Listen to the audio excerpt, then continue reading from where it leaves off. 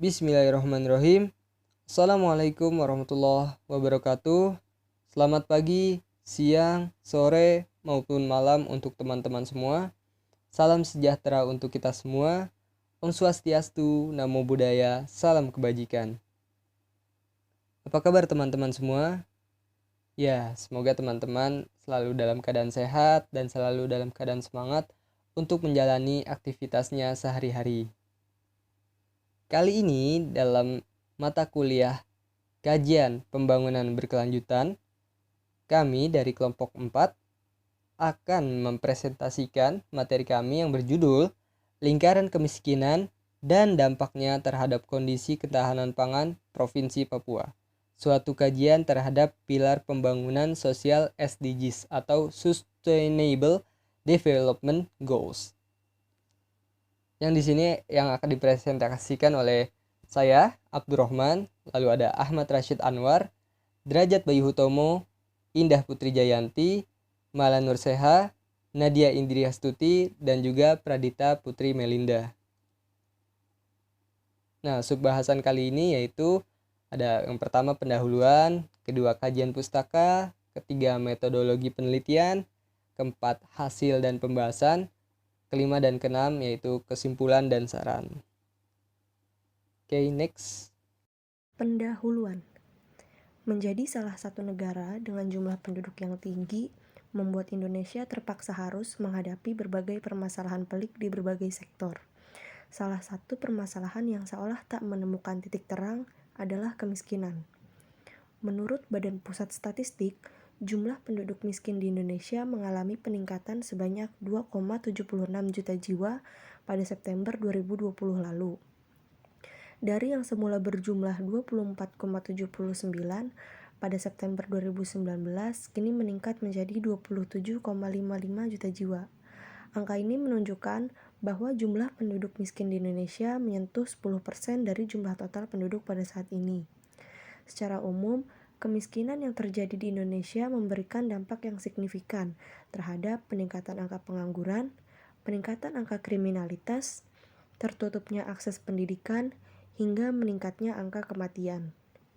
Mungkin kita semua bertanya-tanya, mengapa kemiskinan menjadi salah satu penyebab meningkatnya angka kematian? Namun, jika kita mencoba menelaah lebih jauh, kita akan menemukan benang merah antara persoalan kemiskinan dengan peningkatan angka kematian yang terjadi di Indonesia.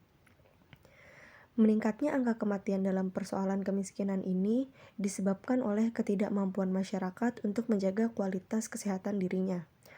Mahalnya biaya pengobatan bagi masyarakat ekonomi kelas menengah ke bawah, dan rumitnya birokrasi untuk mendapatkan bantuan pengobatan, membuat masyarakat acuh akan kesehatan dirinya masing-masing. Kelaparan yang dialami oleh masyarakat ekonomi kelas rendah yang terjebak dalam lingkaran kemiskinan terpaksa membuat mereka harus mengalami kekurangan gizi dan tidak terpenuhinya asupan untuk tubuh. Meningkat atau menurunnya angka kelaparan di Indonesia, hal ini tentu tak lepas dari adanya ketahanan pangan. Pada tingkat global, agenda SDGs telah memasukkan ketahanan pangan sebagai tujuan tersendiri, yaitu tujuan 2, yang isinya mengakhiri kelaparan, mencapai ketahanan pangan, dan nutrisi yang lebih baik, serta mendukung pertanian berkelanjutan. Kondisi ketahanan pangan di Indonesia sendiri, menurut Bulog atau Badan Urusan Logistik, saat ini masih dalam keadaan yang cukup baik di tengah adanya ancaman krisis pangan dunia.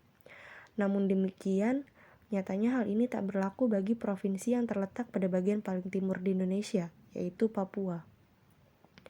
Berdasarkan Indeks Ketahanan Pangan Provinsi di Indonesia tahun 2019 yang dirilis oleh Badan Ketahanan Pangan Kementerian Pertanian, Provinsi Papua berada pada peringkat terakhir dengan skor 25,13. Hal ini menunjukkan bahwa kondisi ketahanan pangan di Provinsi Papua sangat buruk. Ketidakberdayaan pemerintah provinsi dalam memenuhi ketahanan pangan dapat menimbulkan krisis pangan yang berkepanjangan. Hal ini akan membawa dampak kelaparan dan gizi buruk bagi para penduduknya. Tidak terpenuhinya nutrisi untuk tubuh akan mengakibatkan munculnya berbagai penyakit, bahkan bisa menimbulkan kematian. Selain itu, gizi buruk juga menjadi salah satu pendorong bagi lemahnya daya berpikir dan nalar kritis seorang anak. Pada akhirnya, hal ini akan menyebabkan rendahnya kualitas hasil pendidikan di Provinsi Papua. Berangkat dari berbagai permasalahan yang telah dijelaskan, maka kelompok kami tertarik untuk mengkaji tentang bagaimana strategi pemerintah Provinsi Papua dalam memenuhi ketahanan pangan, serta apa saja hambatan-hambatan yang ditemui dalam upaya penerapan strategi ketahanan pangan di Provinsi Papua. Selanjutnya yaitu kajian pustaka. Sebelum melanjut pada pembahasan, mari kita pahami lebih jauh tentang konsep kemiskinan. Kemiskinan merupakan suatu keadaan di mana seseorang tidak sanggup memenuhi kebutuhan hidup untuk dirinya sesuai dengan taraf kehidupan kelompok dan juga tidak mampu memanfaatkan tenaga mental maupun fisiknya dalam kelompok tersebut. Meningkatnya angka kemiskinan di Indonesia didorong oleh adanya kedua faktor penyebab yang bersifat eksogen atau berasal dari luar diri maupun endogen yang berasal dari dalam diri. Faktor eksogen sendiri terdiri menjadi 3. Yang pertama yaitu kemiskinan struktural, atau kemiskinan yang terjadi karena suatu kebijakan dari pemerintah yang menghambat produktivitas dan mobilitas masyarakat. Kedua, kemiskinan kultural, yaitu kemiskinan yang terjadi karena nilai-nilai yang ada di suatu masyarakat seperti stratifikasi sosial yang menghambat produktivitas masyarakat. Yang ketiga yaitu kemiskinan alamiah, atau kemiskinan yang terjadi karena kondisi alamiah dari lingkungan sekitar atau geografis yang tidak mendukung masyarakat dalam meningkatkan produktivitasnya. Sedangkan menurut faktor endogen terdiri dari 7. Yang pertama yaitu cacat fisik, yang kedua yaitu rendahnya pendidikan yang dimiliki oleh masyarakat, yang ketiga buruknya kualitas kesehatan, yang keempat unskill atau rendahnya keahlian maupun keterampilan yang dimiliki oleh masyarakat, yang kelima lemahnya karakter, yang keenam mudah putus asa, dan yang terakhir yaitu malas. Selanjutnya kita masuk kepada kajian teori yang kedua yaitu tentang ketahanan pangan. Menurut Departemen Pertanian Amerika Serikat, dalam konferensi pangan dunia di tahun 1996 memberikan definisi ketahanan pangan, yaitu ketika semua orang dalam setiap waktu memiliki akses fisik dan ekonomi terhadap kecukupan pangan untuk memenuhi kebutuhan makanan mereka untuk kehidupan yang produktif dan sehat. Menurut Undang-Undang Pangan, batasan mengenai ketahanan pangan dirumuskan dalam 3 bentuk, yaitu pertama, terpenuhinya kebutuhan pangan bagi negara sampai tingkat perseorangan. Yang kedua, tolak ukur terpenuhinya kebutuhan pangan meliputi berbagai aspek, yaitu pertama, aspek kuantitas, yaitu jumlahnya cukup. Yang kedua, aspek kualitas, mutunya baik, aman dikonsumsi, jenis pangan yang tersedia beragam, memenuhi kecukupan gizi. Yang ketiga, yaitu dari segi kerohanian, yaitu pangan tidak bertentangan dengan kaidah agama, keyakinan, dan budaya masyarakat. Dan yang keempat, dari sisi ekonomi, pangan tersedia ke seluruh pelosok Indonesia dengan harga yang terjangkau oleh beragam masyarakat. Dan bentuk yang ketiga yaitu penyediaan dan keterjangkauan pangan dimaksudkan agar masyarakat dapat hidup sehat, aktif, dan produktif secara berkelanjutan. Maka pada intinya ketahanan pangan yaitu berarti kemampuan mengakses pangan secara cukup dalam segi kuantitas dan kualitas untuk mempertahankan kesejahteraan di masyarakat. Lalu kita masuk kepada metodologi penelitian. Dalam penelitian kali ini, peneliti menggunakan pendekatan kualitatif. Pendekatan penelitian kualitatif merupakan suatu penelitian yang ditujukan untuk mendeskripsikan dan menganalisis fenomena, peristiwa, aktivitas sosial, sikap, kepercayaan, persepsi, pemikiran orang secara individual maupun kelompok. Nah, metodenya yaitu menggunakan metode kualitatif non-interaktif. Maksudnya yaitu peneliti tidak secara langsung terjun ke lapangan, tetapi mengambil data-data melalui data-data yang sudah ada dari peneliti-peneliti sebelumnya, ataupun data-data terbaru dari artikel-artikel berita atau artikel ilmiah. Teknik pengumpulan datanya yaitu melalui studi literatur dan studi dokumen. Lalu teknik analisis datanya menggunakan teknik analisis kebijakan yang merupakan analisis berbagai dokumen yang berkenaan dengan kebijakan tertentu. Nah, dalam hal ini tentang kebijakan ketahanan pangan di Provinsi Papua.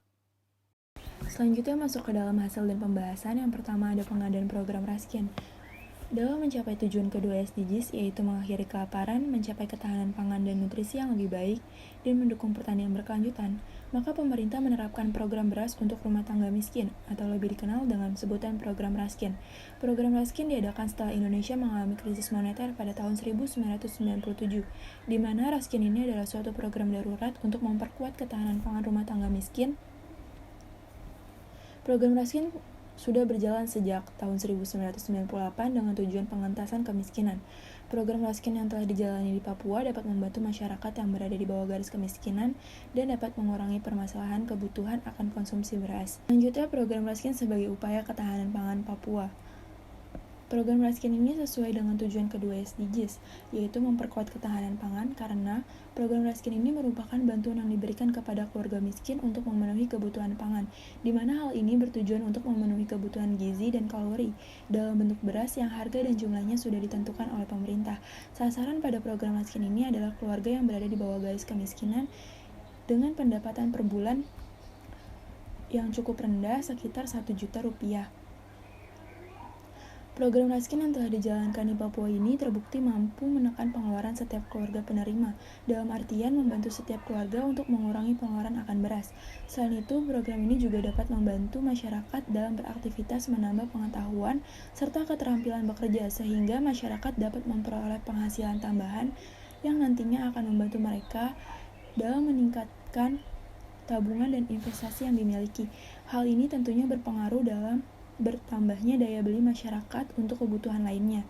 Dari sinilah tujuan kedua dari program SDGs dapat diharapkan tercapai dengan membantu ketahanan pangan masyarakat serta dapat membantu perekonomian mereka. Lalu hambatan program Raskin. Program Raskin yang telah dijalankan di Papua sayangnya tidak berjalan dengan mulus. Terdapat beberapa hambatan dalam penyalurannya, seperti sasaran pemberian program Raskin yang salah. Tidak hanya diterima oleh keluarga miskin saja, akan tetapi keluarga yang dikategorikan mampu seperti PNS juga masih menerima bantuan program Raskin. Yang kedua, kurangnya penyuluhan tentang program Raskin kepada masyarakat Papua. Yang ketiga, keterlambatan pemberian program Raskin. Keterlambatan ini terjadi karena uang yang dikumpulkan oleh RT SPM telah disetorkan kepada RT. Dan yang terakhir, harga dan jumlah beras tidak sesuai dengan ketetapan pemerintah, di mana masih banyak kepala keluarga di setiap RT menerima jatah Raskin lebih dari 13 kg. Pengelolaan tanaman terpadu pada padi ladang amfibi, di mana pengelolaan tersebut adalah konsep pembangunan berkelanjutan terutama di negara berkembang seperti di Indonesia yang memiliki potensi pertanian yang cukup besar. Sehingga sasaran strategis yang ingin dicapai salah satunya adalah pembangunan pertanian secara berkelanjutan atau disebut dengan sustainable agriculture. Seperti yang kalian lihat bahwa penerapan PTT padi ladang amfibi merupakan upaya inovatif yakni menggunakan varietas unggul baru. Penggunaan varietas ini dapat meningkatkan produktivitas dan mengurangi dampak dari serangan hama penyakit pada tanaman padi serta kemampuan adaptasinya yang sangat baik. Di samping keuntungannya tersebut, ada alasan lain mengenai penerapan PTT padi ladang amfibi. Jadi kalau kalian tahu, jenis lahan di Papua itu sendiri adalah berupa lahan kering jenisnya. Sehingga pertumbuhan dan produksi padi ladang terutama di lahan kering itu juga sangat dipengaruhi oleh ketersediaan sumber daya air. Sumber daya airnya itu bisa berasal sebagian besar berasal dari distribusi hujan. Sehingga kebutuhan air bagi Lahan kering juga merupakan salah satu input penting untuk menunjang produksi padi.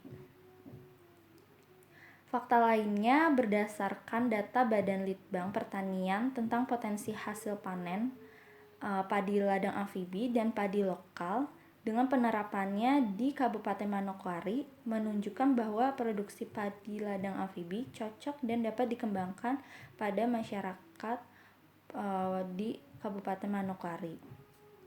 Sehingga penerapan padi ladang amfibi bisa menjadi strategi bagi para petani di Papua untuk memproduksi beras tanpa harus mempermasalahkan jenis lahan dan risiko gagal panennya.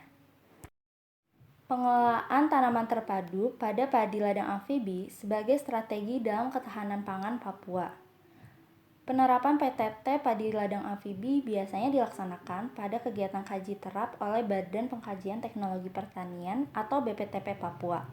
Kegiatan ini dilaksanakan untuk memperkenalkan dan menyebarkan benih varietas padi amfibi serta alternatif bagi kelompok-kelompok petani dalam menghadapi persoalan terkait benih varietas unggul, dan kegiatan ini dapat menjadi awal dari peningkatan ketahanan pangan masyarakat Papua. Walaupun Papua sendiri dikenal dengan sumber pangannya berupa sagu, namun terbukti bahwa komoditas padi juga cocok ditanam di tanah Papua. Hal ini tentu dengan cara pengelolaan lahan yang tepat. Selain itu, pertanian padi sejak zaman dahulu dilakukan terutama di Pulau Jawa, sehingga masyarakat di Pulau Jawa lebih paham dalam budidaya padi, terutama jenis padi sawah. Namun di zaman sekarang, di mana laju pertumbuhan penduduknya yang semakin meningkat, sehingga membuat kepadatan penduduk di Pulau Jawa semakin padat. Hal ini juga membuat lahan untuk pertanian berbanding terbalik dengan kebutuhan papan atau tempat tinggal. Dan pada akhirnya penduduk di Pulau Jawa mengalami penurunan produksi beras akibat lahan pertanian yang semakin berkurang. Hal tersebut juga merupakan salah satu akibat dari pembangunan yang belum merata. Oleh karena itu, penerapan PTT padi ladang amfibi bisa menjadi strategi bagi pemerintah untuk melakukan pembangunan, terutama pada bidang sosial. Bukan hanya di Pulau Jawa saja, melainkan wilayah Indonesia bagian timur seperti Papua yang alamnya masih terjaga dan lahan untuk mengelola pertanian padi masih cukup luas, juga bisa menjadi kesempatan bagi pemerintah untuk memproduksi beras yang berkualitas. Jika penerapan PTT padi amfibi ini bisa dikelola dengan serius oleh pemerintah, daerah, dan pusat, maka bisa berpotensi untuk menekan angka kemiskinan dan kelaparan, bahkan dapat mengulang kesuksesan swasembada beras yang menjadi prestasi bangsa Indonesia. Berkurangnya angka kemiskinan di Papua dengan pendapatan daerah yang diperoleh dengan memasarkan benih serta berasnya. Kemudian berkurangnya angka kelaparan dengan pendapatan yang diperoleh dari pemasaran hasil panen padi tersebut, sehingga pemerintah bisa membelanjakan pendapatannya untuk memberikan subsidi pangan yang baik, untuk bisa membelanjakannya dengan membelanjakan benih-benih tanaman lainnya, lalu bisa melakukan perbaikan gizi dan nutrisi, serta menjamin kesehatan masyarakat Papua. Hambatan penerapan pengelolaan tanaman terpadu pada padi ladang amfibi. Yang pertama adalah minimnya penyebaran. Untuk bisa meningkatkan produktivitas padi yang mampu bersaing di pasar, petani harus menggunakan benih unggul yang sudah bersertifikat. Artinya, benih tersebut sudah melalui serangkaian uji terkait varietas unggul. Tetapi faktanya hanya sekitar 10% yang menggunakannya. Sisanya benih yang tidak bersertifikat dan yang sudah berulang-ulang ditanam. Namun di balik itu permasalahan mengalokasikan anggaran untuk bantuan benih unggul menjadi penyebab utama, di mana pemerintah membutuhkan dana atau anggarannya dalam memproduksi benih unggul serta dalam pendistribusiannya kepada masyarakat dan pada lahan seluas 7 juta hektare. Yang kedua adalah kurangnya terbuka pada teknologi. Para petani di Papua cukup sulit untuk terbuka soal teknologi, sehingga dalam menerima teknologi baru cenderung lamban. Mereka akan menerima teknologi baru apabila mereka telah yakin mengetahui gambaran secara nyata atau keberhasilan tentang teknologi baru yang mereka terima. Sedangkan yang ketiga adalah kualitas kelompok petani, di mana hambatan ini karena pendidikan di Papua yang sangat rendah, di mana kita tahu bahwa realita penduduk Papua yang masih tergolong primitif dan minimnya peran pendidikan. Padahal pendidikan sendiri bisa membantu untuk meningkatkan kualitas masyarakat, terutama dalam hal ini para petani. Pendidikan yang didapat mungkin bukan hanya didapat dari sekolah, tetapi bisa juga mengikuti kegiatan-kegiatan pelatihan yang merupakan sarana disediakan oleh pemerintah agar petani dapat memiliki pendidikan. Dan dari pendidikan tersebut dapat memperoleh wawasan serta pengetahuan. Dan dari wawasan serta pengetahuan tersebut akan mengubah pola pikir para petani khususnya menjadi lebih terbuka, bisa menerima teknologi, dan memiliki pemikiran yang inovatif dan kreatif. Selanjutnya yaitu peningkatan kualitas pendidikan di Provinsi Papua dan hubungannya dengan ketahanan pangan. Kondisi sistem pendidikan di bagian timur Indonesia seperti Papua masih kurang baik dibandingkan dengan sistem pendidikan di Indonesia bagian barat. Di Indonesia bagian timur masih banyak anak-anak yang tidak memiliki akses ke sekolah dengan baik. Masalah pendidikan di Papua sendiri dikarenakan minimnya sumber daya guru. Para guru tersebut merasa tidak betah mengajar di Papua karena jarak tempat tinggal guru ke sekolah sangat jauh. Kondisi ini pun diperparah dengan kurikulum pendidikan nasional yang sulit diterapkan dalam pendidikan di Papua. Banyak anak asli Pegunungan Tengah tidak lancar membaca meskipun sudah duduk di bangku sekolah lanjut tingkat atas atau SLTA, sehingga kondisi tersebut melemahkan kemampuan siswa mengikuti pembelajaran sesuai beban kurikulum dan membuat proses pembelajaran menjadi tidak efektif. Selanjutnya yaitu hubungan pendidikan dengan ketahanan pangan di Papua, yang mana pendidikan sangat penting dilakukan sebagai bentuk pembangunan manusia untuk menciptakan sumber daya manusia yang berkualitas agar mampu bersaing menciptakan inovasi baru. Dengan harapan adanya pendidikan, masyarakat dapat bersikap terbuka terhadap hal baru dan kemajuan dalam mendukung program pembangunan berkelanjutan. Pendidikan yang ada di perguruan tinggi dapat dijadikan salah satu basis penciptaan inovasi teknologi di bidang pertanian, peternakan, ataupun perikanan untuk mendukung program swasembada berkelanjutan dan peningkatan diversifikasi pangan. Hal ini dapat membantu para petani untuk lebih maju dalam mengelola pertanian yang unggul untuk ketahanan pangan masyarakat Papua. Selanjutnya, ada pun hambatan dalam peningkatan kualitas pendidikan di Papua. Yang pertama yaitu akses. Kondisi geografis Papua sangat rumit, di mana para guru ataupun peserta didik yang menempuh jarak cukup jauh. Lalu yang kedua itu mutu. Kompetensi, kualitas, dan mutu tenaga pengajar di Papua masih kurang. Sama seperti dengan pembangunan infrastruktur dan penunjang pendidikan dan kesejahteraan guru. Yang ketiga, karena adat istiadat. Pada sisi budaya dan adat istiadat terdapat hambatan dalam upaya mengimplementasikan program SDGs karena kehidupan adat di Papua. Misal seperti contoh, anak laki-laki wajib membantu orang tuanya di kebun, sedangkan anak perempuan membantu di dapur. Serta adanya aturan adat yang mana hanya anak kepala suku saja yang boleh memperoleh pendidikan. Selanjutnya, ada pun upaya dalam meningkatkan kualitas pendidikan di Indonesia, khususnya di Papua. Dalam program meningkatkan kualitas pendidikan yang merupakan tujuan dari Sustainable Development Goals ataupun SDGs.